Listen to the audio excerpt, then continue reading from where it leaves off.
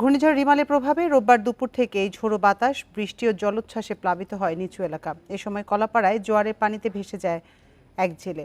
সাতক্ষীরা আশ্রয় কেন্দ্রে যাওয়ার সময় মৃত্যু হয় এক বৃদ্ধের। পটুয়াখালীর কলাপাড়ার নদ নদীতে স্বাভাবিকের চেয়ে অনেক উঁচুতে ছিল জোয়ারের পানি। নীলগঞ্জের গোয়াতলায় বাঁধ ভেঙে প্লাবিত হয় নিচু এলাকা। এতে পানিবন্দী হয়ে পড়ে 16টি গ্রাম। জোয়ারের পানি স্বাভাবিকের চেয়ে 3 ফুট উঁচুতে প্রভাবিত হওয়ায় কক্সবাজার সদর, মহেশখালী ও কুতুবদিয়ায় পানিবন্দী হন 20টি গ্রামের অন্তত 5,000 মানুষ। পরে প্রশাসনের পক্ষ থেকে অনেককে আশ্রয় কেন্দ্রে নিয়ে যাওয়া হয়। নোয়াখালীর হাতিয়ায় স্বাভাবিকের চেয়ে 4 থেকে 5 ফুট উঁচুতে ছিল জোয়ারের পানি। এতে 15টি গ্রামে পানি ঢুকে পড়লে আটকা পড়েন কয়েক হাজার মানুষ।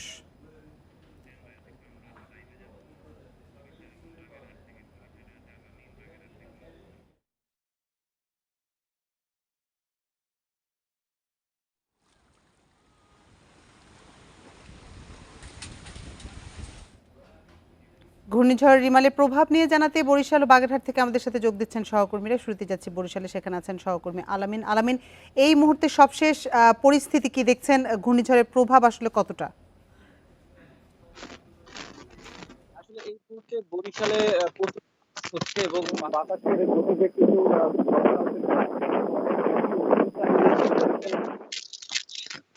আপনারা দেখতে পাচ্ছেন যে আসলে নদীর পানি কিন্তু ইতিমধ্যে নদী উপচে পড়ে কিন্তু শহরের যে মূল শহর সেই শহরে কিন্তু ঢুকে পড়েছে এবং আমরা দেখেছি যে বরিশাল শহর মানে যে এলাকা নিচু এলাকাগুলো রয়েছে সেগুলো কিন্তু গতকালকে কিন্তু আসলে প্লাবিত হয়েছে এবং সেই প্লাবিতর কারণে কিন্তু অনেক ঘরবাড়িতে কিন্তু ইতিমধ্যে পানি ঢুকে গেছে। এর পাশাপাশি আজকে যেটি হয়েছে যে আজকে আমরা যেটি দেখেছি যে সকাল থেকে বরিশালের যে মূল নগরী রয়েছে সেই মূল নগরীতেও কিন্তু পানি প্রবেশ করেছে এবং সেই পানি প্রবেশ করার কারণে কিন্তু জলাবদ্ধতার সৃষ্টি হয়েছে। আমরা এখন যেখানে রয়েছি যে নগরীর ডিসি ঘাট এলাকায় সেখানেও কিন্তু পানি জমেছে এবং সেখানে আমরা দেখেছি যে এর আশেপাশে যে ঘর বাড়িগুলো রয়েছে সেখানেও কিন্তু ইতিমধ্যে পানি প্রবেশ করেছে এবং বাতাসের তীব্রতা কিন্তু ক্ষণে ক্ষণে বাড়ছে এবং সাথে গুড়ি গুড়ি বৃষ্টি হচ্ছে। সেক্ষেত্রে যেটি দেখা যাচ্ছে যে আসলে আমরা আসার সময় এই ডিসি ঘাটে যখন আসছিলাম তখন আমরা দেখেছি যে বেশ কিছু গাছপালার ডাল কিন্তু ভেঙে পড়েছে এবং রাস্তা এই ডিসি ঘাট এলাকায় সিডিবির যে কার্যালয়টি রয়েছে সেখানেও কিন্তু একটি বড় একটি গাছের ডাল ভেঙে পড়েছে, যার কারণে কিন্তু যান চলাচলেও দুর্ভোগ হচ্ছে এবং সেদিকে সরিয়ে নেওয়ার ব্যবস্থা করছেন এখানকার যারা কর্তৃপক্ষ রয়েছেন তারা। এছাড়া আমরা গতকাল বরিশালের মোহাম্মদপুর, রসুলপুর এবং পলাশপুর এলাকায় গিয়েছিলাম, যেটি বরিশাল কীর্তনখোলা নদীর পাড়ে একদম পাড়েই অবস্থিত। সেখানে কিন্তু আসলে গতকাল আমরা দেখেছি কোমর সমান পানি জমে গেছে এবং সেখানে কিন্তু সাধারণ যারা বাসিন্দা রয়েছেন তারা কিন্তু দুর্ভোগে পড়েছেন।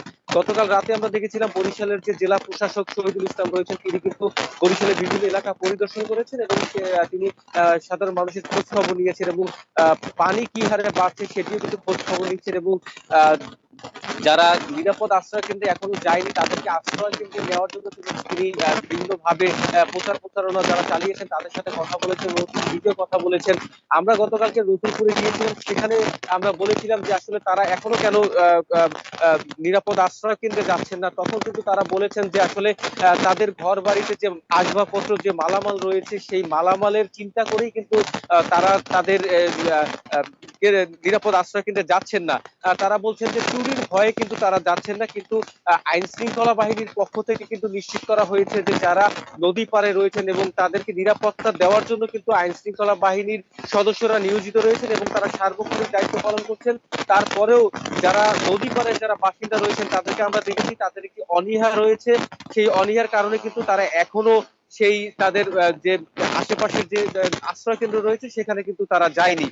এর বাইরে যদি আমরা আরেকটু বলি, বরিশালে 541টি আশ্রয় কেন্দ্র প্রস্তুত রাখা হয়েছে এবং সেই আশ্রয় কেন্দ্রে কিন্তু জেলা প্রশাসকের পক্ষ থেকে বলা হয়েছে প্রায় 15 থেকে 20,000 লোক কিন্তু ইতিমধ্যে সেই আশ্রয় কেন্দ্রে গিয়েছে এবং যাদের গবাদি পশু রয়েছে তারা কিন্তু সেই গবাদি পশু নিয়ে আশ্রয় কেন্দ্রে গিয়েছে। তবে এই মুহূর্তে আমরা দেখেছি যে বরিশালের যে কীর্তনখোলা নদী রয়েছে সেখানে কিন্তু সব ধরনের নৌ চলাচল বন্ধ রয়েছে। কোনো বরিশাল থেকে সদর উপজেলার কাউয়ারচর যেটি রয়েছে সেখানেও কিন্তু আসলে খেয়া পারাপারও কিন্তু আসলে বন্ধ রয়েছে, যেটি গতকাল থেকে বন্ধ রাখা হয়েছে এবং কেউ যাতে চলাচল করতে না পারে, সেই ক্ষেত্রে কিন্তু আইন শৃঙ্খলা বাহিনী এবং কোস্টগার্ড সদস্য, নৌ পুলিশ যারা রয়েছেন তারাও কিন্তু দায়িত্ব পালন করছেন। তারা যেটি বলছেন যে মানুষের প্রাণহানি রক্ষার ক্ষেত্রেই কিন্তু তারা সেই ব্যবস্থাটি নিয়েছেন, এবং যাতে এই বন্যার ক্ষেত্রে কোনো প্রাণহানি না ঘটে সেই কারণেই কিন্তু তারা তাদের এই কার্যক্রম অব্যাহত রেখেছেন। এবং সিপিবির সদস্যদের আমরা দেখেছি সকাল থেকে তারা নদী পারে বেশ কয়েকটি এলাকা কিন্তু তারা আসলে প্রচার প্রচারণা চালিয়েছেন, এবং নিরাপদ আশ্রয়ের মানুষকে নেওয়ার জন্য কিন্তু তারা প্রচারণা চালিয়ে যাচ্ছেন, এবং তাদের সার্বক্ষণিক মাইকিং যে ব্যবস্থা সেটি কিন্তু চালু রয়েছে। তবে এই যে পানি যে লোকালয়ে প্রবেশ করছে সেটি কিন্তু জোয়ারের পানিতে আসলে অনেক সময় যে প্লাবিত হয় সেটি আসলে ধীরে ধীরে নামতে কিছুটা সময় লাগে, কিন্তু নিচু এলাকা যেগুলো রয়েছে সেখানে কিন্তু আসলে মানুষের যে দুর্ভোগ, সেই দুর্ভোগটি কিন্তু ইতিমধ্যে সৃষ্টি হয়ে গেছে।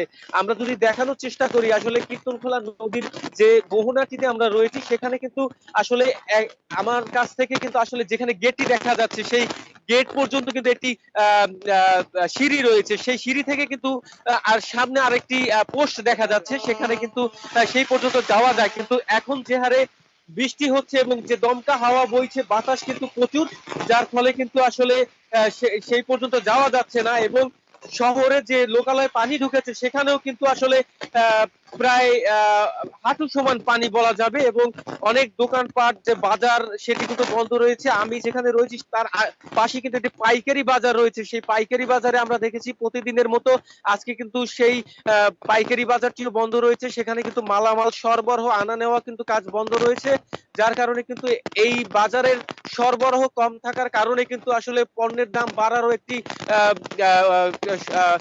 করা হচ্ছে, যে আসলে এই বাজার দর কিন্তু আসলে বেড়ে যেতে পারে, যে আসলে এই পণ্য খালাস না হওয়ার কারণে এবং না আসার কারণে কিন্তু বাজার দর বেড়ে যেতে পারে। তো এই ছিল আমার কাছে বরিশাল থেকে সর্বশেষ খবর। আলামিন, আপনি সাথেই থাকুন। এবার আমরা যাব বাগেরহাটে, সেখানে আছেন আমাদের সহকর্মী অলিপ কুমার ঘটক। অলিপ, আপনি বাগেরহাটের সবশেষ পরিস্থিতি কেমন দেখছেন? সেখানে ঘূর্ণিঝড় রিমালের প্রভাব কেমন দেখছেন এবং আশ্রয় কেন্দ্রগুলোর পরিস্থিতি কেমন দেখছেন?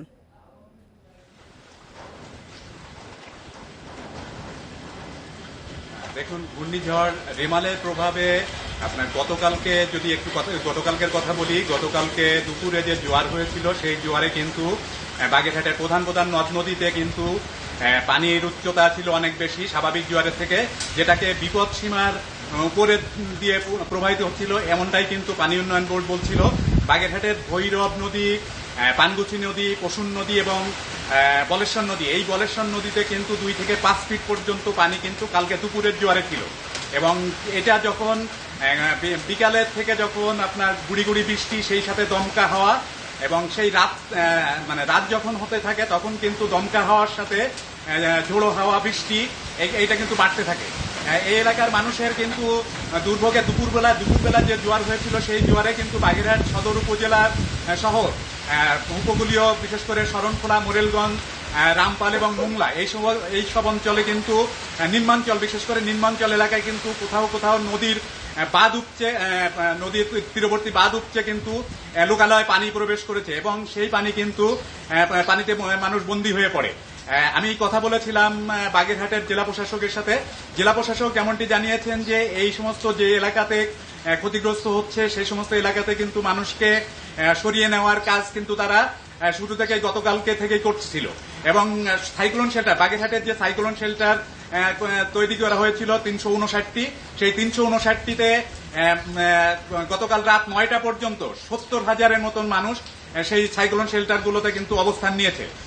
এখানে সব থেকে এখন যে দুর্যোগ, দমকা হাওয়ার সাথে বৃষ্টি হচ্ছে, বৃষ্টিতে কিন্তু এই এলাকাতে কিন্তু মানুষ এখন কিন্তু রাস্তাঘাটে কিন্তু তেমন মানুষ একেবারে খুব বেশি প্রয়োজন ছাড়া কিন্তু কেউ ঘরের বাইরে আসছে না। এই যে রাতে যে জোয়ার হয়েছে সেই জোয়ারে কিন্তু বিপদসীমার অনেক উপর থেকে পানি প্রবাহিত হয়েছে, কিন্তু আমরা সেই পানির উচ্চতা সম্পর্কে না জানতে পারলেও সেটা ধারণা করছি 5 থেকে 6 ফিট পানি কিন্তু এই এলাকাতে ঢুকেছে, এবং বিভিন্ন এলাকাতে রাস্তা উপচে, ভেড়ি বাঁধ উপচে কিন্তু আপনার লোকালয়ে পানি প্রবেশ করেছে। অসংখ্য মানুষ কিন্তু, বিশেষ করে নিম্নাঞ্চলের মানুষ কিন্তু পানিবন্দী হয়ে পড়েছে, তাদের দুর্ভোগ বেড়েছে। আমি কথা বলেছিলাম পানি উন্নয়ন বোর্ডের সাথে। পানি উন্নয়ন বোর্ডের আমাদের বাগেরহাটে কিন্তু 3টি ফোল্ডার রয়েছে, 35/1, 35/2 এবং 35/3। এই 3 ফোল্ডারের বাগেরহাট সদর উপজেলার যে গোটাপাড়া এলাকার একটি অংশে কিন্তু প্রায় 400 মিটারের মতন বাঁধ ভেঙে কিন্তু প্লাবিত হয়েছে। আপনাকে একটু জানিয়ে রাখি, আমাদের বাগেরহাটের উপকূলীয় অঞ্চল, এই অঞ্চলে কিন্তু বাগেরহাটে বিশেষ করে মাছের ক্ষেত রয়েছে প্রচুর, 60,000-এর উপরে ক্ষেত রয়েছে। এই যে বৃষ্টি অব্যাহত রয়েছে এবং এই জোয়ারের পানিতে কিন্তু নিম্নাঞ্চল প্লাবিত হয়েছে এবং অনেক মাছের ক্ষেত ভেসে যাওয়ার খবর কিন্তু আমরা পাচ্ছি। এখন এই ক্ষয়ক্ষতি কি হয়েছে সেটা কিন্তু এখনই নিরূপণ করা সম্ভব হয়নি। আর আরেকটু বিষয় জানিয়ে রাখি, গতকাল থেকে কিন্তু আমাদের পল্লী বিদ্যুতে প্রায় 5.5 লক্ষ গ্রাহক রয়েছে। গতকাল থেকেই কিন্তু সেইখানে বিদ্যুৎ কিন্তু বন্ধ রেখেছে, বিভিন্ন জায়গায় গাছপালা উপড়ে পড়েছে এবং যার কারণে কিন্তু বিদ্যুৎ সংযোগ বিচ্ছিন্ন রয়েছে। এবং আপনাকে জানিয়ে রাখতে চাই, বাগেরহাটে ওজোপাটিকো, বিশেষ West zone power distribution company, এই West zone power distribution company কিন্তু গতকাল রাত থেকে কিন্তু এখানে বিদ্যুৎ সরবরাহ বন্ধ করে দিয়েছে। বিভিন্ন জায়গায় আমি দেখেছি, আমি সকালে অনেক এলাকায় ঘুরেছি, সে সমস্ত এলাকাতে দেখেছি কোথাও তারের উপরে গাছপালা পড়ে আছে। সব মিলিয়ে আপনার এই দুর্ভোগ কিন্তু মানুষের, এই যে বৃষ্টি, দমকা হাওয়া একভাবে প্রবাহিত হওয়ায় কিন্তু এলাকার মানুষ এক ধরনের আতঙ্কে আছে। আমরা কথা বলেছিলাম বাগেরহাটের শরণখোলা উপজেলা, বিশেষ করে সাউথখালী যে এলাকায় আপনাকে একটু জানিয়ে রাখতে চাই, 2007 সালে 15 নভেম্বরে যে প্রলয়ঙ্কারী ঘূর্ণিঝড় সিডর হয়েছিল, সেই সিডরের জলোচ্ছ্বাসে ওই এলাকার কিন্তু প্রায় সহস্রাধিক মানুষের প্রাণহানি ঘটেছিল। তো সেক্ষেত্রে ওই এলাকার যে বাঁধ রয়েছে সেই বাঁধ কিন্তু সুরক্ষিতই রয়েছে, কিন্তু নিম্নাঞ্চল, বিশেষ করে ওই এলাকার বগি, তাফালবাড়ি, ওই সমস্ত এলাকাতে কিন্তু পানি ঢুকে পড়েছে এবং সেই পানির কারণে কিন্তু অনেক মানুষ এখন পানিবন্দী। তবে কি পরিমাণ মানুষ পানিবন্দী হয়েছে সেই তথ্য কিন্তু আমরা এখনো জেলা প্রশাসন থেকে পাইনি। আপনাকে আরেকটা বিষয়ে বলতে চাই যে বাগেরহাটে বাগেরহাটের সুন্দরবনে কিন্তু এই যে গতকালকে যে জোয়ার হয়েছিল, দুপুরের জোয়ার, সেই জোয়ারে কিন্তু আমি বন বিভাগের সাথে কথা বলেছিলাম। বন বিভাগ আমাকে যেমনটি জানিয়েছিল যে পশুর নদীতে এত বেশি পানি যাচ্ছিল যে সুন্দরবনে বিস্তীর্ণ এলাকা কিন্তু প্লাবিত হয়েছে এবং সেখানে যে আপনার সুন্দরবনের বিস্তীর্ণ এলাকায় প্লাবিত হয় কিন্তু প্রাণীকুল রয়েছে, সেই প্রাণীকুলের কিন্তু ক্ষতির কিন্তু আশঙ্কা রয়েছে, প্রাণহানির সংখ্যা কিন্তু যাতে কি পরিমাণ আপনার। তো বাগেরহাটে এই ছিল আমার কাছে সর্বশেষ। বরিশাল এবং বাগেরহাট থেকে ঘূর্ণিঝড় রিমালের সবশেষ তথ্য জানাচ্ছিলেন আমাদের সহকর্মীরা। ঘূর্ণিঝড় রিমালের প্রভাবে রাজধানী সহ দেশের নানা জায়গায় ভোর থেকেই বৃষ্টি হচ্ছে। দমকা হাওয়া সহ এই বৃষ্টি থাকতে পারে মঙ্গলবার পর্যন্ত। আবহাওয়া অফিস বলছে, উপকূল এলাকায় ভারী বৃষ্টি হলেও অন্যান্য জায়গায় হালকা থেকে মাঝারি বর্ষণ হতে পারে। তবে সিলেট সহ কিছু এলাকায় রয়েছে ভারী বৃষ্টির শঙ্কা। তবে রাজধানী সহ আশেপাশের এলাকায় সেই তুলনায় কম বৃষ্টির কথা জানিয়েছে আবহাওয়া অফিস। এতে সারা দেশে তাপমাত্রা কিছুটা কমবে।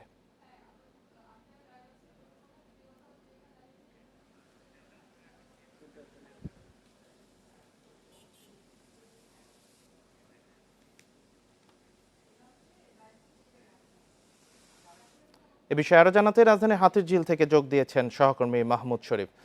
শরীফ, ভোর থেকে আমরা বৃষ্টি দেখছি, সাথে দমকা বাতাসও দেখছি। এখন বৃষ্টির মাত্রা কেমন রয়েছে? হাতিরঝিলে বৃষ্টির মাত্রা কেমন দেখছেন আপনি? দেখুন, ঘূর্ণিঝড় রিমালের প্রভাবের যে বৃষ্টি, এটি আবহাওয়া অফিস আগেই বলেছিল যে ঘূর্ণিঝড় রিমাল যখন বাংলাদেশ অতিক্রম করে যাবে, এরপরই ঢাকা সহ আশপাশের যেসব জেলা রয়েছে, অন্যান্য জেলা রয়েছে যেগুলি উপকূলবর্তী জেলা নয়, সেই সব জেলাতে বৃষ্টি শুরু হবে। ঠিক আমরা তাই দেখেছি যে আজ ভোর থেকেই ঢাকায় কখনো ভারী, কখনো হালকা, আবার কখনো গুড়ি গুড়ি থেমে থেমে বৃষ্টি হচ্ছে। তবে দমকা হাওয়া যে বইছে সেটি কিন্তু একটু পরপরই বইছে। আমরা দেখছি যে এখনো বৃষ্টি আছে, দমকা হাওয়া আছে। আর এখানে যে বিষয়টি দেখা গেছে যে আবহাওয়া অফিসের তথ্য মতে এই বৃষ্টিপাত বেলা 10টার পর আরেকটু বাড়তে পারে। এখন যে পরিমাণ হচ্ছে তার চেয়ে একটু বাড়তে পারে, কারণ আমরা জানি যে গতকালকে রাত 2টার সময় যখন আবহাওয়া অফিস সবশেষ তাদের যে সংবাদ ব্রিফিং, সেখানে বলেছিল যে এই 10টার মধ্যে এই ঘূর্ণিঝড় রিমালের যে প্রভাব সম্পূর্ণ কেটে যাবে এবং এরপরে সারা দেশে বৃষ্টিপাত হবে। এটি সবসময় হয়ে থাকে, যখনই কোনো ঘূর্ণিঝড় কেটে যায় এরপর থেকে এই বৃষ্টি শুরু হয় এবং সেই বৃষ্টি কিন্তু 1-2 দিন চলতে থাকে। এবং পূর্বাভাস বলছে যে এই যে বৃষ্টি শুরু হয়েছে এটি আজকে সারাদিন চলবে এবং কালকেও সারাদিন চলতে পারে। তবে কোথাও কোথাও থেমে থেমে হতে পারে, আবার কোথাও অতি ভারী হতে পারে, কোথাও ভারী হতে পারে, আবার কোথাও হালকা বা মাঝারি বৃষ্টিপাত হতে পারে। তবে ঢাকায় বৃষ্টিপাতের পরিমাণ যেটি ধারণা করছে আবহাওয়া অফিস, সেটি আসলে 30 থেকে 40 মিলিমিটার বৃষ্টি হতে পারে, এটি তাদের ধারণা। তবে সিলেট সহ বিভিন্ন বৃষ্টিপ্রবণ এলাকা যেসব রয়েছে সেখানে 70 থেকে 80 মিলিমিটার পর্যন্ত বৃষ্টির আশঙ্কা করছে আবহাওয়া অফিস। এবং এই যে বৃষ্টিপাত হচ্ছে, এই বৃষ্টিপাত কিন্তু 2-3 দিন চলার পর আবার তাপমাত্রা স্বাভাবিক পর্যায়ে ফিরে আসবে। কারণ আমরা জানি যে যখন এই নিম্নচাপ শুরু হয়েছে তখন কিন্তু তাপমাত্রা অনেকটা স্বাভাবিক হয়ে গেছে, এবং এই স্বাভাবিকের চেয়ে কিছুটা কমেও গেছে তাপমাত্রা, স্বাভাবিকের যে তাপমাত্রা থাকে। এবং এই বৃষ্টিপাত শেষে আবহাওয়া অফিস বলছে যে আবারও হয়তো রোদের যে প্রকোপ, সেই রোদের প্রকোপ কিছুদিন শুরু হতে পারে। এখন ঘূর্ণিঝড় রিমেলের যে প্রভাব, এই প্রভাব উপকূলীয় এলাকায় কিন্তু আমরা জানি যে আবহাওয়া অফিস বলেছিল যে 300 মিলিমিটার পর্যন্ত বৃষ্টিপাত হতে পারে, এটি পূর্বাভাস ছিল। এবং সেই মোতাবেক আমরা দেখেছি যে বেশ কিছু এলাকাতে কিন্তু গতকাল রাতে, অর্থাৎ গতকাল সন্ধ্যার পর থেকে অনেক অতি ভারী বৃষ্টিপাত হয়েছে। এবং ঢাকায় আসলে এখন পর্যন্ত অতি ভারী বা ভারী বৃষ্টিপাত দেখা যায়নি। তবে সকাল 10টার পর থেকে হয়তো ঢাকায় অতি ভারী বৃষ্টি বা ভারী বৃষ্টিপাত হওয়ার সম্ভাবনা, সেটি কিন্তু আবহাওয়া অফিস উড়িয়ে দিচ্ছে না। কারণ যেহেতু ঘূর্ণিঝড় রেমাল সকাল 10টার মধ্যেই কেটে যাচ্ছে, পুরোপুরি একেবারে দুর্বল হয়ে যাবে। এবং এই বৃষ্টিপাতের কারণে ঢাকায় কিন্তু একটি জিনিস বরাবরই হয়ে থাকে, যখন সকাল থেকে টানা বৃষ্টি হয়, সেটি গুড়ি গুড়ি হোক, হালকা হোক বা মাঝারি হোক, অফিসগামী মানুষ যারা আছেন, কর্মমুখী মানুষ যারা আছেন, বিভিন্ন কাজে যারা বের হন, তারা কিন্তু সকাল থেকেই বিড়ম্বনায় পড়ছেন। কারণ এখানে একটু বৃষ্টি হলেই ঢাকায় গণপরিবহনের সংকট দেখা দেয়। এছাড়া রিক্সা সহ বিভিন্ন যে ব্যক্তিগত যান রয়েছে বা রিক্সা রয়েছে, সেসবের সংকট দেখা যায়। এবং বাড়তি ভাড়ার একটি অভিযোগ থাকে বরাবরই। একটু বৃষ্টি হলেই যেসব ভাড়ায় চালিত বাহন আছে সেগুলির কিন্তু ভাড়া অনেক বেশি হয়ে যায়, কয়েকগুণ বাড়তি হয়ে যায়, সেই অভিযোগও কিন্তু আমরা দেখেছি। এবং সবকিছু মিলে বলা চলে রিমেলের প্রভাবে যে ঢাকায় বৃষ্টিপাত, এটি এখনো চলছে এবং দমকা হাওয়াও বইছে। অর্থাৎ 10টার পরে বৃষ্টির মাত্রাটা আরো বাড়তে পারে। হাতিরঝিল থেকে জানাচ্ছিলেন সহকর্মী মাহমুদ শরীফ। ঘূর্ণিঝড় রিমালের প্রভাব নিয়ে জানাতে কুয়াকাটা ও চট্টগ্রাম থেকে যুক্ত হয়েছেন সহকর্মীরা। শুরুতে কুয়াকাটা থেকে যুক্ত হয়েছেন সহকর্মী ফরিদউদ্দিন আক্তার। ফরিদউদ্দিন, রিমালের প্রভাবে আর যে জোয়ারের পানি বেড়ে গেছে সেটা এখন কোন মাত্রায় আছে, কত অঞ্চল প্লাবিত হয়েছে, ক্ষয়ক্ষতির চিত্র আছে কিনা জানাবেন।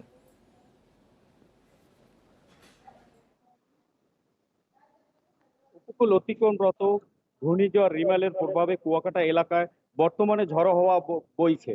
সেই সাথে গুড়ি গুড়ি বৃষ্টিপাত হচ্ছে, এত পরিমাণ বৃষ্টিপাত হচ্ছে যে এখানে দাঁড়িয়ে থাকা যে দায় হয়ে পড়েছে।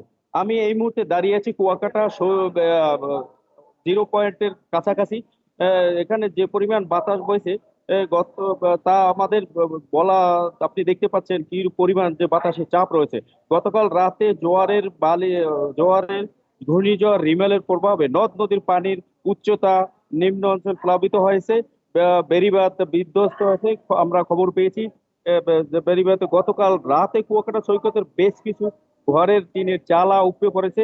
আমি আপনাকে আরেকটি বিষয় জানিয়ে রাখি, উপকূল এলাকায় ঘর বাড়ি বিধ্বস্ত হয়েছে, তারা কিন্তু বর্তমানে খোলা আকাশের নিচে রয়েছেন। আমি আপনাকে আরেকটি বিষয় জানিয়ে রাখি, যারা ঘর বাড়ি বিধ্বস্ত আছে তাদের কিন্তু এখন পর্যন্ত তারা কিন্তু কোনো প্রশাসনের পক্ষ থেকে সাহায্য সহযোগিতা এগিয়ে আসেনি। ঘর বাড়ির সঙ্গে তারা অসংখ্য গাছপালা উপড়ে পড়েছে, অসংখ্য বাড়িঘর ভেঙে নদীতে তলিয়ে গেছে। এছাড়া আপনাকে আমি আরেকটি বিষয় জানিয়ে রাখি, এখানের পানির উচ্চতা বাড়ার সাথে সাথে অসংখ্য মাছের ঘের এবং মৎস্য খামার আহ, ব্যাপক ক্ষয়ক্ষতি হয়েছে। কি পরিমাণ ক্ষতি হয়েছে তবে কিন্তু তার পরিমাণ এখন পর্যন্ত জানা যায়নি। এখনো কিন্তু নিরাপদ বলতে পারেনি প্রশাসক। এখানে কিন্তু কলাপাড়া, আহ, রাঙ্গাবালী উপকূলে প্রচন্ড বেগে ঝড়ো হাওয়া বইছে, সেই সঙ্গে বৃষ্টি হচ্ছে। যেহেতু এখানে ঘূর্ণিঝড় রিমালের প্রভাবে এলাকা অতিক্রম করা শেষ করেনি, তবে তাই এখানে ক্ষতির পরিমাণও আমরা বলতে পারছি না। ধারণা করা হচ্ছে এই মুহূর্তে কিন্তু প্রচন্ড বেগে বাতাস চলছে, সেই সঙ্গে ভারী বৃষ্টি হচ্ছে। কুয়াকাটা এখানে পর্যটকটা একদম নেই বললেই চলে। তারা এখন পর্যন্ত যারা গুটি কয়েক ছিল তারা হোটেলে অবস্থান করেছে। এছাড়া এখানে প্রশাসকের টুরিস্ট পুলিশ, নৌ পুলিশ আহ, ব্যাপক মোতায়েন রয়েছে।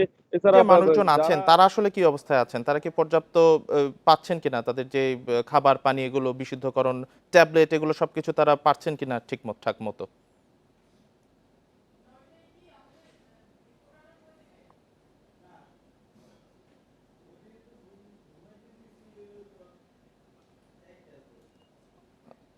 ফর আচ্ছা ফরিদুদ্দিন, আপনি আমাদের সাথেই থাকুন। সেখানে ঝড় চলছে এই মুহূর্তে, যোগাযোগটি ঠিকমতো প্রতিষ্ঠা করা সম্ভব হচ্ছে না। আমরা চট্টগ্রামে চলে যাচ্ছি, সেখান থেকে আমরা জানবো আহসান রিটনের কাছ থেকে। রিটন, রিমালের প্রভাবে এখন চট্টগ্রামের আবহাওয়া পরিস্থিতি কেমন দেখছেন এবং বন্দরগুলোতে আসলে কি নির্দেশনা আছে, কি অবস্থা সেখানকার?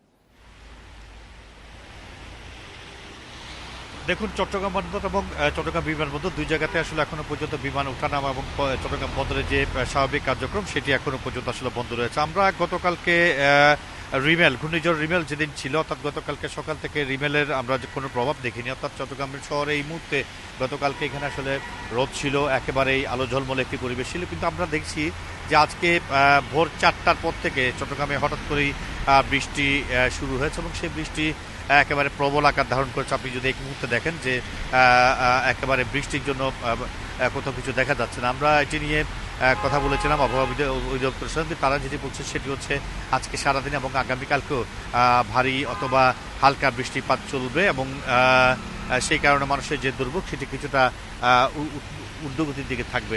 আমরা ইতিমধ্যে খবর পেয়েছি চট্টগ্রামের বেশ কিছু নিচু এলাকায় সামান্য জলাবদ্ধতা হয়েছে এবং যদি বৃষ্টি দীর্ঘস্থায়ী হয় তাহলে জলাবদ্ধতার মাত্রা আরও বাড়বে। আমরা আপনি জানেন যে আসলে গতকালকে ঘূর্ণিঝড় রিমেলের প্রভাব রিমেল যতই ভারী হচ্ছিল ততই আসলে চট্টগ্রামের জনমানুষের মধ্যে এক ধরনের আশঙ্কা ছিল। কিন্তু শেষ পর্যন্ত আমরা দেখেছি আসলে রাত 12টা অবধি আসলে মানুষের মধ্যে যে আশঙ্কাটি ছিল যে বড় কিছু হবে তেমন কিছু হয়নি এবং সেই কারণে আমরা অনেকটা ঢিলেঢালা ভাব মানুষকে দেখেছিলাম। কিন্তু আজকে সকাল থেকে যে পরিমাণ বৃষ্টি হচ্ছে এটি করে নতুন একটি আশঙ্কা তৈরি হচ্ছে, সেটি হচ্ছে জলাবদ্ধতা। আপনি জানেন যে নগরীর বেশ কিছু এলাকা রয়েছে, বহদ্দারহাট, মুরাদপুর, চকবাজার, বাকুলিয়া সহ আর বেশ কিছু এলাকা আছে যেখানে সামান্য বৃষ্টিতেই হাঁটু থেকে ক্রমসমান এলাকা তলিয়ে যায়। আজকে রাত 4টার পর থেকে যে পরিমাণ বৃষ্টি দেখছি তাতে আমাদের কাছে ধারণা হচ্ছে যে আজকে আসলে যদি ধারাটি অব্যাহত থাকে তাহলে আরও বেশি জলাবদ্ধতা এখানে হবে। পাশাপাশি আরও একটি আশঙ্কার বিষয়, আপনি জানেন যে গত পরশু থেকে চট্টগ্রামের যে সমস্ত পাহাড়ের পাদদেশে যে সমস্ত এলাকায় ঝুঁকিপূর্ণ এলাকায় লোকজন থাকে সেখানে জেলা প্রশাসনের পক্ষ থেকে মাইকিং করা হচ্ছিল যাতে তারা সেই এলাকাগুলো থেকে নিরাপদ আশ্রয়ে যায়। আপনি জানেন যে গতকাল চট্টগ্রামে ঘূর্ণিঝড় রিমেলকে কেন্দ্র করে 785টি আশ্রয়কেন্দ্র এবং 1140টি স্কুলকেও আসলে আশ্রয়কেন্দ্র হিসেবে প্রস্তুত রাখা হয়েছিল। পাশাপাশি 9টি মুজিব কেল্লা তৈরি ছিল। কিন্তু আমরা যেটি দেখেছি সেটি হচ্ছে গতকাল সন্ধ্যার পর পর্যন্ত আশ্রয়কেন্দ্রে খুব বেশি মানুষজন যায়নি। গতকালকে রাত 11টার কিছু সময় পর চট্টগ্রামের জেলা প্রশাসক আবুল বাশার মোহাম্মদ ফখরুজ্জামান তিনি তার দলবল নিয়ে চট্টগ্রামের পতেঙ্গা এলাকায় একেবারে সমুদ্রের ভেতর যে জেলে পল্লীগুলো রয়েছে, রাসমণি ঘাট, আকমন আলী ঘাট, যে সমস্ত বস্তিগুলো রয়েছে সেখানে তিনি পরিদর্শন করেছেন এবং তখন আসলে আমরা দেখেছি যে কিছু নারী সদস্যকে সেই বস্তি থেকে সরিয়ে দেওয়া হলো। দিন শেষে আসলে যারা পুরুষ রয়েছেন তারা সেখান থেকে সরেন এবং জেলা প্রশাসক তাদেরকে বারবার অনুরোধ করেছেন এবং পর্যায়ক্রমে সেখানে স্থানীয় যে ওয়ার্ড কাউন্সিলর রয়েছেন, অন্যান্য যারা দায়িত্বশীল রয়েছেন তাদেরকে বলে এসছেন যাতে তারা তাদেরকে নিরাপদ আশ্রয়ে সরিয়ে দেন। কিন্তু তারা সেখান থেকে সরেননি বলে আমাদের কাছে খবর আছে। পাশাপাশি আপনি জানেন যে আমাদের চট্টগ্রামের আকবর শাহ, মতি ঝর্ণা সহ বেশ কিছু এলাকা আছে যেখানে খাড়া পাহাড়ের নিচেই লোকজন জীবনের ঝুঁকি নিয়ে বসবাস করে, সেখানেও তিনি পরিদর্শন করেছেন এবং প্রয়োজনীয় নির্দেশনা দিয়েছেন। কিন্তু দিন শেষে যেটি বলার সেটি হচ্ছে আশ্রয়কেন্দ্রগুলোতে খুব বেশি মানুষজন যায়নি। আশ্রয়কেন্দ্রে না আসার পিছনে বড় কারণ হচ্ছে তারা যেটি বলেন সেটি হচ্ছে জেলা প্রশাসন কিংবা অন্যান্য পক্ষ থেকে যখন প্রতিবারই বলা হয় যে সেখানে শুকনো খাবার দেওয়া হবে এবং তাদের নিরাপত্তা দেওয়া হবে, সেটিতে তারা খুব বেশি আশ্বস্ত হতে পারেন না। পাশাপাশি তাদের তিল তিল করে গড়ে তোলা যে সম্পদ সেগুলো লুটপাট হয়ে যেতে পারে এমন আশঙ্কায় তারা যান না। আজকে সকাল থেকে আসলে এই যে বৈরী আবহাওয়া, নতুন করে পাহাড় ধস এবং জলাবদ্ধতার একটি আশঙ্কা সবাইকে বার্তা দিয়ে যাচ্ছে। আমরা ইতিমধ্যে খবর পেয়েছি বেশ কিছু এলাকায় পানি উঠতে শুরু করেছে এবং বৃষ্টির ধারা যদি এরকম অব্যাহত থাকে তাহলে হয়তো সেখানে হাঁটু থেকে কোমর সমান পানিতে সেই এলাকাগুলো তুলে যেতে পারে। চট্টগ্রাম বন্দর এখনো পর্যন্ত আসলে কার্যত বন্ধ রয়েছে। আপনি জানেন যে গতকালকে বন্দরে অ্যালার্ট 4 জারি করা হয়েছে এবং তারপর থেকে চট্টগ্রামের বন্দরের আশপাশে যে সমস্ত বড় জাহাজ ছিল সেগুলোকে বহির্নোঙরে নেওয়া হয়েছে এবং ছোট জাহাজগুলোকে উজানে নিয়ে সেখানে নগর করে রাখা হয়েছে। এখন পর্যন্ত বন্দরের কার্যক্রম বন্ধ এবং চট্টগ্রাম বিমান কর্তৃপক্ষ তাদের এখনো পর্যন্ত আসলে বিমান ওঠানামার যে বিষয় সেটি এখনো পর্যন্ত আমাদের কাছে যতদূর খবর আছে সেটি বন্ধ রয়েছে এবং এই মুহূর্তে যেই পরিস্থিতি বিরাজ করছে তাতে করে মনে হয় যে খুব দ্রুত সময়ের মধ্যে সেগুলো আসলে সচল করা সম্ভব নয়। তারপর আমরা ইতিমধ্যে জেনেছি যে সকাল 10টার পর ঘূর্ণিঝড় রিমেলের যে প্রভাব সেটি পুরোপুরি কেটে যাবে এবং এটি যাওয়ার পরে হয়তো সারা দেশের মতো চট্টগ্রামে যে সমস্ত অচল অবস্থা তৈরি হয়েছিল সেখান থেকে হয়তো মানুষ মুক্তি পাবে এবং নতুন করে জীবনযাত্রা শুরু করতে পারবে। এই হচ্ছে চট্টগ্রাম থেকে আমার কাছে আজকের অর্থাৎ ঘূর্ণিঝড় রিমেলের পরবর্তী দিনের খবর। আরেকটি বিষয় বলে রাখি, এখনো পর্যন্ত আমাদের কাছে কোনো নগরীর কোনো জায়গা থেকে কেউ আহত নিহত হয়েছেন, পাহাড় ধসে কেউ মারা গেছেন কিংবা বস্তিতে কোনো রকমের সমস্যা হয়েছে আমি কোনো খবর পাইনি। মোটামুটি বলা যায় যে আশঙ্কা ছিল, কিন্তু মোটামুটি কিছুটা স্বস্তির মধ্য দিয়ে গতকালকে রাত্রি পার হয়েছে।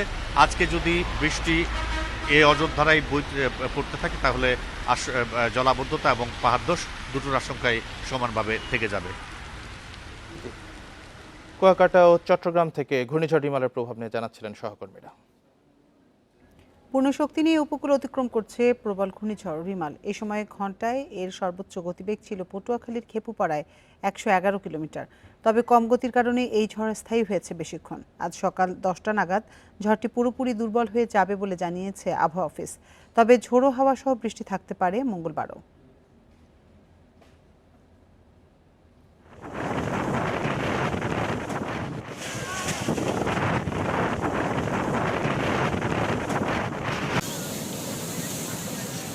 রোববার দুপুরের পর থেকেই উত্তাল সাগর। উপকূলে প্রবেশ করে ঘূর্ণিঝড় রিমালের অগ্রভাগ। তবে রাত 10টার পর বাড়তে থাকে এর তাণ্ডব। এ সময় ভারী বৃষ্টির কবলে পড়ে উপকূলীয় এলাকা। নানা জায়গায় উপড়ে পড়ে গাছ, ভেঙে পড়ে কাঁচা ঘর, উড়ে যায় টিনের চাল। আবহাওয়া অফিস বলছে, ঝড়টির গতিবেগ কম থাকায় এর স্থায়ীকাল ছিল বেশি। সে কারণেই এটি পুরোপুরি দুর্বল হতেও লাগছে সময়। আস্তে আস্তে বৃষ্টিপাত ঝরিয়ে এবং আমাদের অরোগ্রাফিক ইম্প্যাক্ট অর্থাৎ আমাদের ভূভাগের এবং আমাদের গাছপালার সাথে তার অনবরত সংঘর্ষের মাধ্যমে বৃষ্টিপাত ঝরিয়ে সে পার্শ্ববর্তী অ্যাটমসফিয়ারিক যে ambient circulation of the wind pattern তার সাথে সে একাকার হয়ে আস্তে আস্তে দুর্বল হয়ে মৃত্যুবরণ করবে। বাংলাদেশ অংশ অতিক্রম করার পরও থাকবে রিমালের প্রভাব। মঙ্গলবারও দমকা হাওয়া সহ বৃষ্টি হতে পারে সারা দেশে। চারিদিকে যেহেতু উচ্চচাপ বলয়ের অবস্থান রয়েছে সেই কারণে এর মুভমেন্ট একটু স্লোথ আছে, ফলে বাংলাদেশ এবং পার্শ্ববর্তী এলাকায় অস্থায়ীভাবে দমকা বাতাস এবং ঝোড়ো হাওয়া সহ বৃষ্টি অথবা বজ্রসহ বৃষ্টিপাতের সম্ভাবনা রয়েছে। পটুয়াখালীর খেপুপাড়া উপকূলে প্রথম আঘাত হানে ঘূর্ণিঝড়টি। সেখানেই সর্বোচ্চ গতিবেগ ঘন্টায় 111 কিলোমিটার রেকর্ড করা হয় রাত 1:30টায়। মাহমুদ শরীফ, ইন্ডিপেন্ডেন্ট নিউজ, ঢাকা।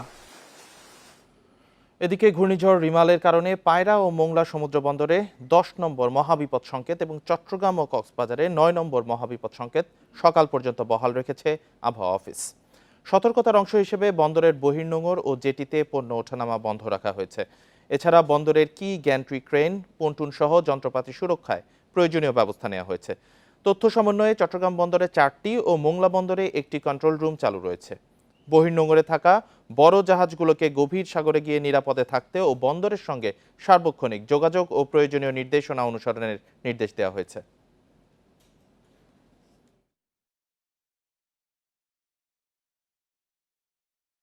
ঘূর্ণিঝড়ের ব্যাপারে সর্বোচ্চ সতর্কতামূলক ব্যবস্থা আমরা গ্রহণ করেছি। আমরা আমাদের যে স্থাপনাগুলো আছে, বিশেষ করে আমাদের ইকুইপমেন্টগুলো, সেগুলোকে আমরা খুব হাইলি সিকিউর করেছি। এগুলো গ্রুপিং করে এগুলোকে বেঁধে রাখা হয়েছে যাতে বাতাসে এগুলোর ক্ষতি করতে না পারে। এছাড়া আমাদের কন্টেনার হ্যান্ডলিং আমরা বন্ধ রেখেছি। চট্টগ্রামের পাহাড়ে ঝুঁকিপূর্ণ পরিবেশে থাকা বাসিন্দাদের নিরাপদ আশ্রয়ে যেতে নির্দেশনা দিয়েছে জেলা প্রশাসন। রাতে আকবর শাহ এলাকায় পাহাড়ে বস্তি পরিদর্শন শেষে নির্দেশনা দেওয়া হয়। শনিবার সন্ধ্যা থেকে নগরী, টাইগার পাস, মতিঝর্ণা, ১৬ শহর, আকবর শাহ সহ নানা জায়গায় ঝুঁকিপূর্ণ অবস্থায় বাসকারীদের নিরাপদ আশ্রয়ে যেতে মাইকিং সহ প্রচারণা শুরু করে জেলা প্রশাসন। রোববার রাতে আকবর শাহ এলাকার বেশ কয়েকটি বস্তি পরিদর্শন করেন জেলা প্রশাসক। এ সময় সেখান থেকে বাসিন্দাদের নিরাপদ আশ্রয়ে যেতে নির্দেশ দেন। পতেঙ্গা সমুদ্র সৈকত এলাকার আকমল আলী ঘাট, জেলেপল্লী ও রাসমণি ঘাটের জেলেপাড়া পরিদর্শন করেন তিনি।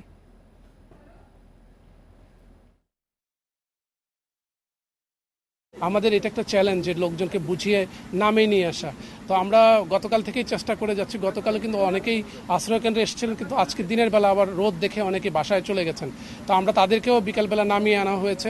এখনও কিছু বাকি আছে, সেখানে আমরা এখন এখান থেকেই যাব।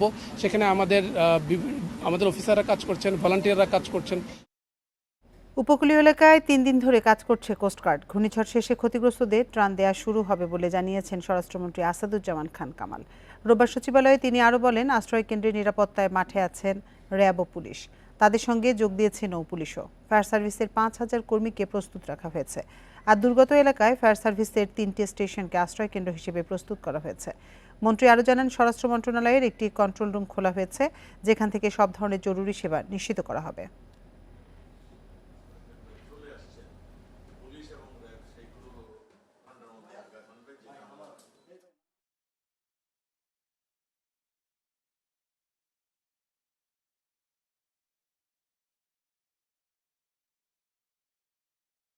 প্রত্যেকটা নিরাপত্তা বাহিনী আমাদের কাজ করে যাচ্ছেন। আমাদের কোস্টগার্ড গত ৩ দিন ধরে উপকূলের ৫৭টি স্থানে মাইকিং করে যাচ্ছেন। নৌ পুলিশ এবং জেলা পুলিশ এর সঙ্গে কাজ করছেন। আমাদের জেলা প্রশাসনের সঙ্গে তারা একসঙ্গে আমাদের নৌ পুলিশ এবং জেলা পুলিশ কাজ করছেন। ঝড়ে ক্ষয়ক্ষতির পরিমাণ বুঝে সংশ্লিষ্ট উপজেলায় নির্বাচন স্থগিতের সিদ্ধান্ত নেওয়া হবে আজ। রোববার এ কথা জানিয়েছেন নির্বাচন কমিশনার মোহাম্মদ জাহাঙ্গীর আলম। বুধবার তৃতীয় ধাপে ১১২ উপজেলায় নির্বাচন হবে। ইসি সচিব বলেন, মাঠ পর্যায়ে যোগাযোগ রাখা হচ্ছে। ঘূর্ণিঝড়ের ক্ষয়ক্ষতির উপর নির্ভর করেই আসবে ভোট স্থগিতের সিদ্ধান্ত। প্রবল এই ঘূর্ণিঝড়ে উপকূলের অনেক এলাকায় প্লাবিত হয়েছে জনপদ, পানিবন্দীও রয়েছেন অনেকে। সে কারণেই ঝড় শেষে পরিস্থিতির ব্যাপকতা বুঝে করণীয় নির্ধারণ করবে নির্বাচন কমিশন।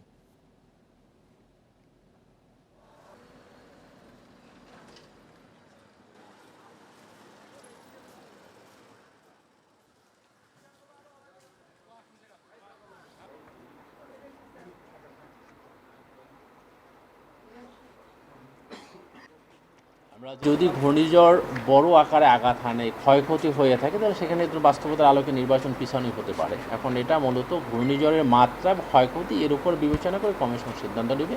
আমরা মাঠ পর্যায়ের জেলা প্রশাসকদের সাথে, বিভাগীয় কমিশনারদের সাথে সার্বক্ষণিক যোগাযোগ রাখছি। ঘূর্ণিঝড় রিমালের প্রভাব নিয়ে এবার জানাতে আমাদের সাথে সাতক্ষীরা থেকে যোগ দিচ্ছেন সহকর্মী আবুল কাশেম। কাশেম, ঘূর্ণিঝড় রিমাল তো ব্যাপক তাণ্ডব চালিয়েছে। এই মুহূর্তে সেখানকার সবশেষ পরিস্থিতি কেমন দেখছেন? আশ্রয় কেন্দ্রগুলোর পরিস্থিতি কেমন? সেখানে মানুষজন পর্যাপ্ত সুযোগ সুবিধা পাচ্ছে কিনা? প্রথমত বিষয় হচ্ছে যে ঘূর্ণিঝড় রেমালের প্রভাবে সাতক্ষীরায় কিন্তু যে পরিমাণে ক্ষয়ক্ষতির আশঙ্কা করা হচ্ছিল তেমনটা হয়নি। বিশেষ করে কেন হয়নি সেটি হলো, গতকালকে যখন তার মধ্যভাগটা আঘাত আনে তখন সাতক্ষীরার যে প্রধান নদ নদীগুলো, সেই নদ নদীগুলোতে কিন্তু ভাটা চলছিল। এই ভাটার কারণেই আসলে জলোচ্ছ্বাস প্লাবিত। তারপরে আমরা সকালবেলা যে জিনিসটা খোঁজখবর নিয়ে জেনেছি সেটি হলো যে বিশেষ করে পানি উপছে, কপোতাক্ষ নদের পানি উপছে, মানে স্বাভাবিকের চেয়ে যে উচ্চতা বেশি ছিল, জলোচ্ছ্বাসের উচ্চতা বেশি ছিল, সেই উচ্চতায় বা জলোচ্ছ্বাসে এখানে চাকলা এলাকায় 50টি ঘের ভেসে গেছে। এটি কিন্তু বেড়িবাঁধ ভেঙে ভাসে নাই, ভেসে গেছে বিশেষ করে পানির তোড়ে, মানে উপসে পড়েছে। বেড়িবাঁধ থেকে পানি উপসে সেখানে 50টা বেড়িবাঁধ, 50টি ঘের ক্ষতিগ্রস্ত হয়েছে। পাশাপাশি আর একটা জিনিস আমি আপনাকে জানিয়ে রাখি, সেটি হলো যে সাতক্ষীরায় প্রচুর পরিমাণে গাছের ক্ষতি হয়েছে। প্রথমত যদি বলি তাহলে আম, আপনি জানেন যে সাতক্ষীরার প্রধান অর্থকরী ফসল এখন দুটি, একটি হলো বাগদা চিংড়ি, আরেকটি হলো আম। এবং সেই আমের অর্ধেক কিন্তু ভাঙা শেষ হয়েছে, আর অর্ধেক কিন্তু এখনো গাছে ছিল। অর্থাৎ আমরা যদি এভাবেই হিসাবটা করতে পারি যে 50,000 মেট্রিক টন যে টার্গেট ছিল, সেখান থেকে 25,000 মেট্রিক টন কমপক্ষে গাছে ছিল। তো আমি বিভিন্ন এলাকায় যে খোঁজখবর নিয়ে জেনেছি সেই এটা হলো যে গাছে এখন ল্যাংড়া এবং আম্রপালি আম ছিল, এই দুইটা আমের অধিকাংশ কিন্তু ঝরে গেছে। অর্থাৎ চাষিরা এখানে কিন্তু একটা ব্যাপক ক্ষতির মুখে পড়েছে। আপনি জানেন যে সাতক্ষীরাতে যেহেতু কোল্ড স্টোরেজ নাই, আমের জন্য কোনো কোল্ড স্টোরেজ নাই, সে কারণে যখনই আম ভাঙতে হয় এবং যখনই আম এভাবে ক্ষতিগ্রস্ত হয় তখনই কিন্তু তাদেরকে বিক্রি করতে হয় একেবারে নামকা অস্তে দামে। এই ক্ষতিটা হয়েছে। আর পাশাপাশি আমার বিভিন্ন জায়গায় আরো খোঁজখবর নিয়ে যেটা জেনেছি যে সাতক্ষীরা জেলায় গতকাল বিকাল থেকে বলতে গেলে যে বিদ্যুৎবিহীন অবস্থা। আজকে সকালে যদি বলা হয় তো পুরো সাতক্ষীরা জেলায় কিন্তু বিদ্যুৎ নাই।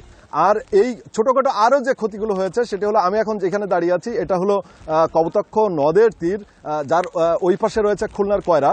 তো এই এলাকাতে আমি আগে আপনাকে বলেছি যে চাকলা এলাকায় 50টি ঘের ভেসে গেছে এবং যেখানে দাঁড়িয়ে আছি এইখানকার কয়েকটি ঘর সেটা বিধ্বস্ত হয়েছে।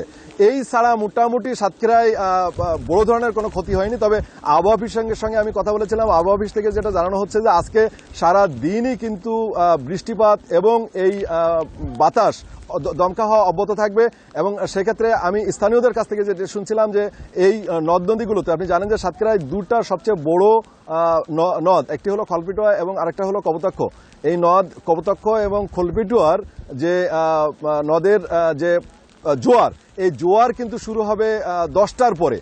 সুতরাং 10টার আগেই যদি মোটামুটিভাবে জলোচ্ছ্বাস এবং আপনার পানির তোড় এবং বাতাস এবং বৃষ্টি যদি সেখান থেকে শেষ হয়, রিমেলের শেষ প্রভাবটা যদি এর আগে শেষ হয়, তাহলে কিন্তু এই উপকূলবাসী অনেক অংশেই রক্ষা পাবে। কেটে গেছে শোনা। সাতক্ষীরা থেকে ঘূর্ণিঝড় রিমেলের সবশেষ তথ্য জানাচ্ছিলেন আমাদের সহকর্মী আবুল কাশেম। বাংলাদেশ ও ভারতের পশ্চিমবঙ্গের উপকূলে আঘাত এনেছে ঘূর্ণিঝড় রিমাল। ভারতের আলিপুর দুয়ারের আবহাওয়া অধিদপ্তর জানায় স্থানীয় সময় রাত 3:15টার দিকে বাংলাদেশ ও পশ্চিমবঙ্গের উপকূলে আঘাত হানে রিমাল। এছাড়া রাত 12টার দিকে পশ্চিমবঙ্গে শেষ হয় ঘূর্ণিঝড়ের তাণ্ডব। এদিকে এই ঝড় বৃষ্টির মধ্যে বাইরে বের হওয়ায় কলকাতায় একজনের প্রাণহানি হয়েছে। কলকাতা, উত্তর এবং দক্ষিণ 24 পরগনা, পূর্ব মেদিনীপুর, হাওড়া, হুগলিতে জারি করা হয় রেড অ্যালার্ট। ঘূর্ণিঝড় মোকাবেলায় সাগর দ্বীপ সহ উপকূলীয় এলাকা থেকে 1,10,000 মানুষকে সরিয়ে নিয়েছে পশ্চিমবঙ্গ সরকার। মোতায়েন করা হয়েছে দুর্যোগ ব্যবস্থাপনা ও NDRF-এর 16টি ব্যাটালিয়ন। ঘূর্ণিঝড়ের কারণে বাতিল হয়েছে প্রায় 400টি আন্তর্জাতিক ও অভ্যন্তরীণ ফ্লাইট। বন্ধ করা হয়েছে ট্রেন চলাচল।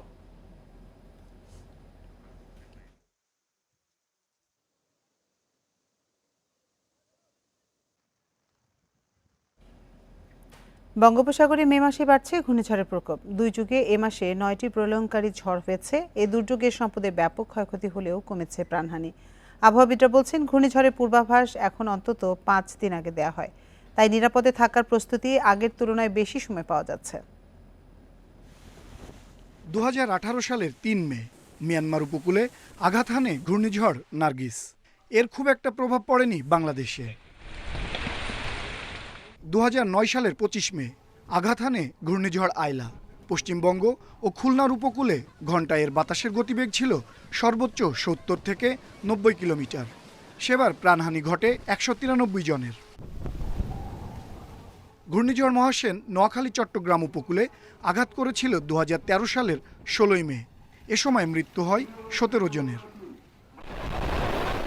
ঘূর্ণিঝড় রোয়ানু বরিশাল চট্টগ্রাম উপকূলে আঘাত হেনেছিল 2016 সালের 21 মে। এতে চট্টগ্রামে 24 জনের মৃত্যু হয়েছিল। ক্ষতিগ্রস্ত হয়েছিল লক্ষাধিক পরিবার। ঘূর্ণিঝড় মুরা চট্টগ্রাম কক্সবাজার উপকূলে আঘাত হানে 2017 সালের 30 মে। ঘণ্টায় এর বাতাসের গতি ছিল 110 কিলোমিটার। মুরার প্রভাবে উপকূলে ব্যাপক ক্ষতি হয়। 2019 সালের 2 ও 3 মে ঘূর্ণিঝড় ফণীর আঘাতে ফসলের ব্যাপক ক্ষতি হয় আর প্রাণ হারায় 9 জন। ফণী ভারতের উড়িষ্যা উপকূলে আঘাত হানে, পরে কলকাতা ও বাংলাদেশের উপর দিয়ে চলে যায়। 2020 সালের 20 মে সুপার সাইক্লোন আমফান আঘাত হানে। এ সময় 2 জনের প্রাণহানি ও ব্যাপক সম্পদহানি ঘটে। সেবার সুন্দরবন ঢাল হয়ে বাঁচায় দেশের উপকূল। 2021 সালের 26 মে আঘাত হানে সাইক্লোন ইয়াস। 2022 সালের মে মাসে ঘূর্ণিঝড় আসানিতে দেশে কম ক্ষয়ক্ষতি হয়। ফেব্রুয়ারি মাসের পর থেকে কিন্তু এইদিকে আবার সূর্য আসতে থাকে আমাদের দিকে, আস্তে আস্তে আমাদের মাথার উপর চলে আসে। তখন বঙ্গোপসাগরে যে পানিগুলো আছে, পানিগুলোকে সে হিটিং করতে থাকে, পানির টেম্পারেচার বাড়তে থাকে। বাড়তে থাকলে ওইগুলো আস্তে আস্তে সে ওইগুলো এক জায়গায় জমা করতে থাকে এবং শক্তি সঞ্চয় করতে থাকে। এগুলো শক্তি সঞ্চয় করে কিন্তু আসলে তারপরে সেই ঘূর্ণিঝড়ে তৈরি করতে থাকে। এবছর মে মাসের একই সময়ে ঘূর্ণিঝড় রিমাল দেশের উপকূল অতিক্রম করতে যাচ্ছে। আনোয়ার সাদাত নূর, ইন্ডিপেন্ডেন্ট নিউজ, ঢাকা। সাবেক আইজিপি বেনজির আহমেদের 113টি সম্পদের দলিল ও গুলশানের 4টি ফ্ল্যাট জব্দ করার আদেশ দিয়েছেন আদালত। বিভিন্ন কোম্পানিতে থাকা শেয়ার ক্রোক করতে বলা হয়েছে। রোববার ঢাকা মহানগর সিনিয়র স্পেশাল জজ মোহাম্মদ আশামস জগলুল হোসেনের আদালত এ আদেশ দেন। দুদক জানায়, গত বৃহস্পতিবার বেনজির আহমেদের 83টি সম্পদের দলিল জব্দের আদেশ দেয় আদালত। পরে তার আরও সম্পদের খোঁজ পাওয়া যায়।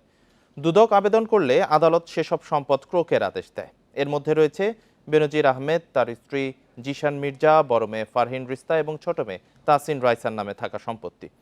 এর আগে বেনজির আহমেদের সব ব্যাংক হিসাব জব্দ এবং গোপালগঞ্জ ও কক্সবাজারের সম্পত্তি ক্রোকের আদেশ দেওয়া হয়।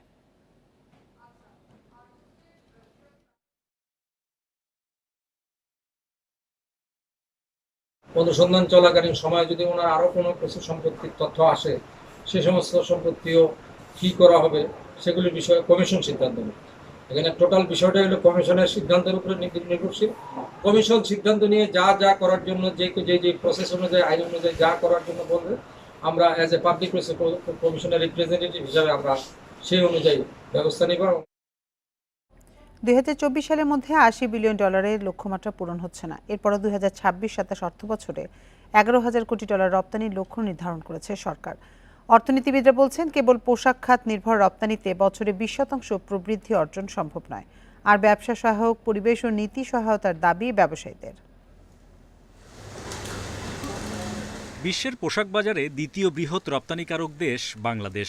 2010-11 অর্থ বছরে $1,792 কোটি আয় আসে পোশাকে, যা গত অর্থ বছর বেড়ে দাঁড়িয়েছে প্রায় $4,700 কোটি। চলতি অর্থ বছরের 10 মাসে আয় $4,049 কোটি।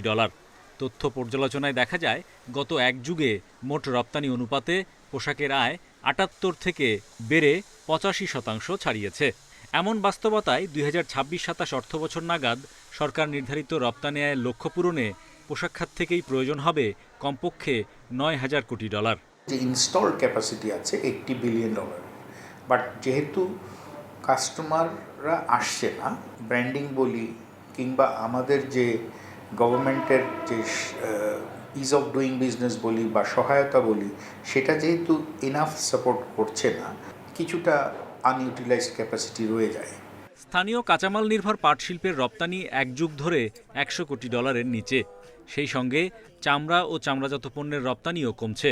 রপ্তানির নীতি 2024-27-এ ওষুধ, প্রক্রিয়াজাত খাদ্য, হালকা প্রকৌশল, ক্ষুদ্র কুটির শিল্প এবং আইসিটি সহ সেবা খাতে রপ্তানি আয় বাড়াতে চায় সরকার। তবে ব্যবসায়ী ও অর্থনীতিবিদরা বলছেন, খাতভিত্তিক রপ্তানির রূপরেখা ও প্রয়োজনীয় নীতি সহায়তা না দিলে লক্ষ্যমাত্রা পূরণ সম্ভব হবে না। আসছে বাজেটে সুনির্দিষ্ট করা দরকার যে আমরা $110 বিলিয়ন যাব, তার জন্য নন গার্মেন্টস সেক্টরগুলোকে কীভাবে সাপোর্ট দেওয়া যায়, তারা যে বিনিয়োগটা করবে এই কমপ্লায়েন্সের জন্য, টেকনোলজির জন্য, প্রোডাক্ট ডেভেলপমেন্টের জন্য, মার্কেট ডেভেলপমেন্টের জন্য ট্যাক্সের বেনিফিটটা দেওয়া যায়, তাহলে অনেকে হয়তো সাহসী হবে, উৎসাহিত হবে। প্রোডাক্ট স্পেসিফিক একটা জায়গায় নিয়ে এবং সেটা যদি আমরা কিভাবে অ্যাচিভেবল, সেটা যদি আমরা রোড ম্যাপ এবং আমরা যদি অ্যাকশন প্ল্যান করতে পারি, তাহলে কিন্তু সম্ভব। এখন কিন্তু হচ্ছে যা অ্যাডক বেসিসে। রপ্তানি উন্নয়ন ব্যুরোর তথ্যমতে গত অর্থবছর $5,055 কোটি পণ্য এবং $750 কোটি সেবা রপ্তানি করে বাংলাদেশ। প্রবৃদ্ধি ছিল 3.5%-এরও কম। Hari Saha, independent news, Dhaka. আর এই ছিল এখনকার সংবাদে। ইন্ডিপেন্ডেন্ট টেলিভিশনের সব খবরে বিস্তারিত জানতে চোখ রাখুন ফেসবুক, ইউটিউব এবং এক্সে। এতক্ষণ সাথে থাকার জন্য ধন্যবাদ সবাইকে।